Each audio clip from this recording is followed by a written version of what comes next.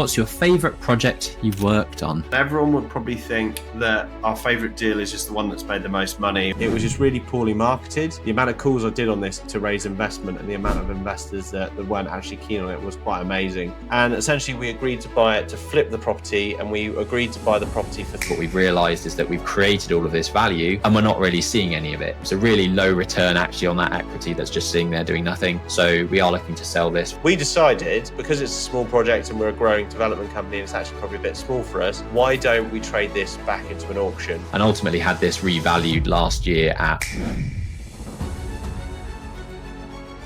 Jack, you go first. I actually thought long and hard about this, and everyone would probably think that our favourite deal is just the one that's made the most money or looks the sexiest, but I just wanted to add something in there that was a little bit of fun, which was a deal that we did probably about 3 years ago now. And the reason that I loved it, it was just super simple, fairly low risk. We had planned to develop it out, and it's just a bit of fun and not huge numbers. So I hope that it's relatable to a lot of people out there, that you could go out and find these particular deals. So essentially the deal is, it was a residential property that came on the market. It was actually a friend of mine that sent it over to me because it needed full renovation, hadn't been lived in for 14 years, boarded up windows, damp everywhere, lovely little cottage in South Oxfordshire in Whitchurch. It was just really poorly marketed, and essentially we agreed to buy it to flip the property, and we agreed to buy the property for £343,000. After we had agreed that, we also agreed to delay completion of 4 months, just because we wanted to buy as much time as we wanted to. And we managed to agree to reduce the exchange fee down to £10,000. So we're 10k in, seeming towards an exchange date. And we obviously want to get planning, enhance the scheme, turn it around as a family home. The amount of calls I did on this to raise investment and the amount of investors that weren't actually keen on it was quite amazing. But anyway, we ended up exchanging at £343,000. We put £10,000 down to that investment, and we also probably spent a few grand in legal conveyancing and chucking in the planning application. We decided, because it's a small project and we're a growing development company and it's actually probably a bit small for us, why don't we trade this back into an auction? So what you can actually see on the screen there is the bidding profile that happened in the auction and the actual sale price that we actually sold it for. Now, what actually happened is, because our delayed contract of 4 months was beyond the date that we agreed the auction contract was, we managed to get this in the auction. We've exchanged on site, so we've got the site exclusivity. We managed to get it in the auction. On the day of the auction, which was about 3 or 4 weeks after our exchange date, a new buyer had exchanged with us for £40,000. So we're now cash positive 35k minimum within a few weeks. We put 10k in, we got 35k back in because they've exchanged. We then assigned the contract over to the buyer in the auction contract.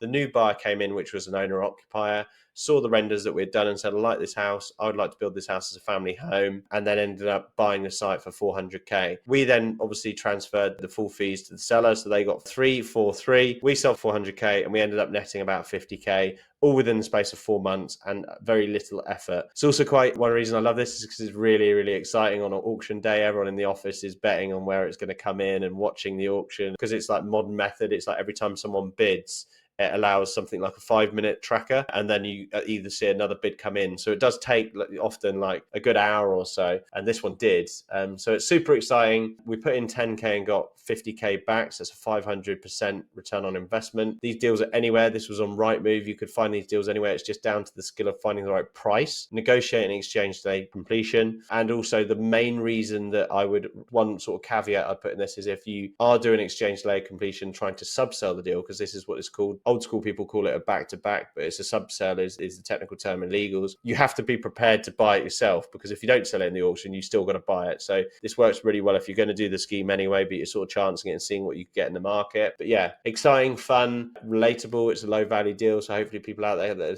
listening to this could do a deal of this size, because I didn't want to be like our £10 million development scheme that's hopefully clearing 7 figures in profit, because that's hopefully not that relatable. Sorry to interrupt, but our YouTube statistics are staggering.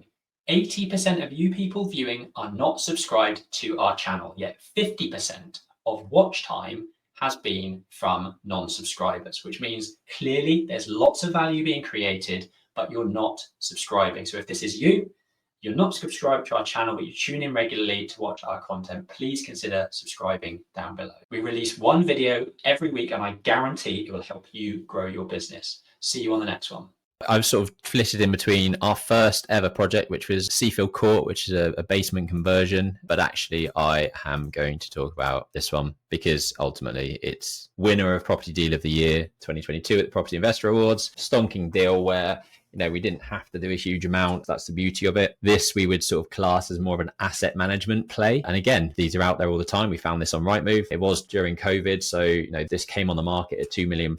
We secured it at 1.516, I think it was. You can see the figures on the screen there, all including sort of stamp duty. And because this was a share purchase, our stamp duty was 0.5%. And that's something that's probably worth touching on. So an asset purchase of anything obviously is a residential SDLT rate, which you could be paying anywhere up to 13% or plus, nowadays. Whereas a share sale, where essentially you're buying the company that owns the asset, is 0.5% SDLT. The caveat I have with that is that the legal work and the implications of a share sale are far more onerous and will cost you more than just a straight asset sale. But obviously there's a huge saving from an SDLT perspective. We spent around about £450,000 on refurbishing one by one the flats. We did a loft conversion to turn a 2-bedroom flat into a 4-bedroom HMO. We got rid of some external really dangerous staircases, brought them internally, reshuffled a couple of layouts, and ultimately had this revalued last year at 3.415 million in the end. So we were all in for max 2.1 million. We refinanced the 3.4 million pound value. We've got effectively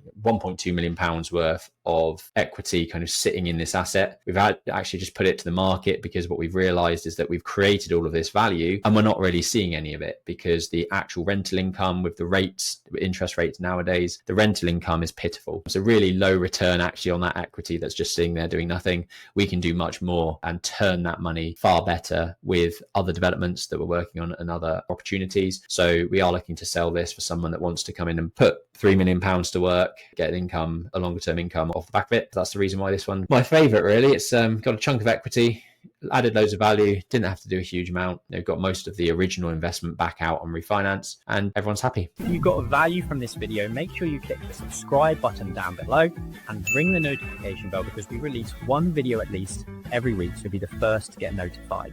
See you on the next one.